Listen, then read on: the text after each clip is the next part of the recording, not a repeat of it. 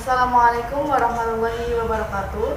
Sebelumnya perkenalkan, nama saya Satina Devi Arinda dengan NIM 200808647 dari kelas PB3B. Video ini dibuat guna untuk memenuhi mata kuliah media pembelajaran yang diampu oleh Bapak Widi Cahya Adi. Dan di sini pada video ini saya akan menjelaskan mengenai proses pembelahan mitosis. Pada pembelahan mitosis terdapat 4 tahapan, yaitu yang pertama ada tahapan profase, yang kedua ada tahapan metafase, yang ketiga ada tahapan anafase, dan yang keempat ada telofase. Sebelum memasuki tahapan yang pertama atau tahapan profase, terdapat tahapan interfase. Pada interfase, terjadi proses persiapan dan penimbunan energi oleh sel untuk melakukan pembelahan. Selama interfase, inti sel atau nukleus dan anak inti sel atau nukleolus tampak terlihat jelas. Namun, kromosom pada sel tidak terlihat karena masih dalam bentuk kromatin, yaitu benang-benang halus yang tersusun atas molekul DNA, RNA, dan protein. Di bagian luar inti sel terdapat sentrosom, yaitu organel sel yang berfungsi untuk mempertahankan jumlah kromosom antara sel induk dan sel anak agar tetap sama selama pembelahan sel. Tahap interfase ini terbagi menjadi 3, yaitu fase G1 atau gap pertama, fase S atau sintesis, dan fase G2 atau gap kedua. Fase G1 disebut juga dengan fase pertumbuhan dan perkembangan sel. Fase S atau fase sintesis terjadi replikasi atau duplikasi DNA sebagai materi genetik yang akan diturunkan kepada sel anak. Fase terakhir yaitu fase G2 merupakan replikasi DNA yang telah selesai. Selanjutnya kita masuk pada tahap awal pembelahan sel, yaitu fase profase. Pada awal profase, sentrosom mengalami replikasi sehingga menghasilkan 2 sentrosom. Kemudian setiap sentrosom akan bergerak ke kutub-kutub inti sel yang letaknya berlawanan. Di saat yang bersamaan, mikrotubulus mulai terlihat di antara 2 sentrosom. Mikrotubulus ini merupakan serat protein panjang yang memanjang dari sentriol ke segala arah. Lama-kelamaan, mikrotubulus akan membentuk seperti gulungan benang yang bisa kita sebut dengan benang-benang spindel.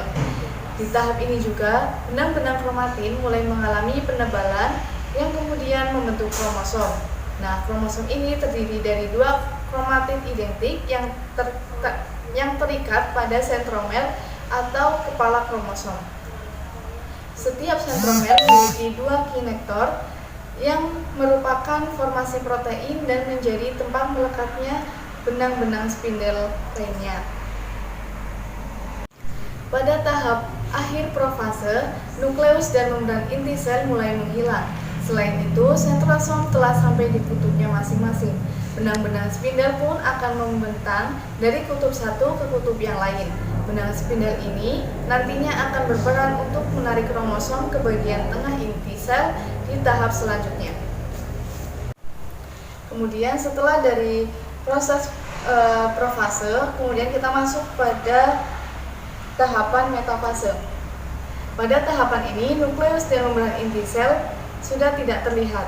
Masing-masing kinetokor pada sentromer dihubungkan ke satu sentrosom oleh benang-benang spindel. Kemudian pasangan kromatid bergerak ke bagian inti sel atau bidang ekuator dan membentuk klempeng metafase. Posisi kromosom yang letaknya pada bagian tengah inti sel membuat jumlah kromosom dapat dihitung dengan tepat dan bentuk kromosomnya juga dapat diamati dengan jelas. Nah, setelah pada fase metafase, kemudian kita masuk pada tahapan anafase. Pada tahap anafase ditandai dengan pemisahan kromatid dari bagian sentromer yang kemudian membentuk kromosom baru. Masing-masing kromosom ditarik oleh benang-benang spindel menuju kutub yang berlawanan. Jumlah kromosom yang menuju ke kutub yang satu akan sama dengan jumlah kromosom yang menuju ke kutub lainnya.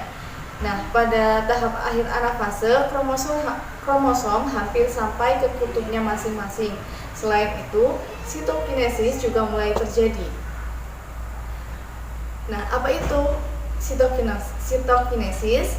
Sitokinesis merupakan fase pembelahan atau pemisahan sitoplasma organel dan membran seluler. Pembelahan ini dimulai di pinggir sel atau membran sel menuju ke bagian tengah sel, sehingga akan menghasilkan dua sel yang disebut dengan dua sel anakan. Nah, selanjutnya kita sudah sampai nih masuk ke tahap akhir pembelahan sel mitosis. Nah, pada tahap akhir pembelahan sel mitosis ini yaitu ada tahap telofase.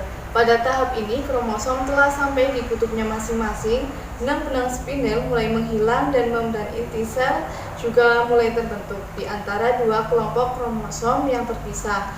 Kromosom semakin lama akan menipis dan berubah menjadi benang-benang kromatin kembali. Kemudian, sitokinesis telah selesai, sel telah membelah dan menghasilkan dua sel anak dengan kromosom diploid 2N. Seperti ini. Setelah itu, dapat kita lihat proses pembelahan mitosis ini secara keseluruhan, maka akan terlihat seperti ini. Sekian video dari saya mengenai pembelahan sel mitosis. Kurang lebihnya saya mohon maaf. Wassalamualaikum warahmatullahi wabarakatuh.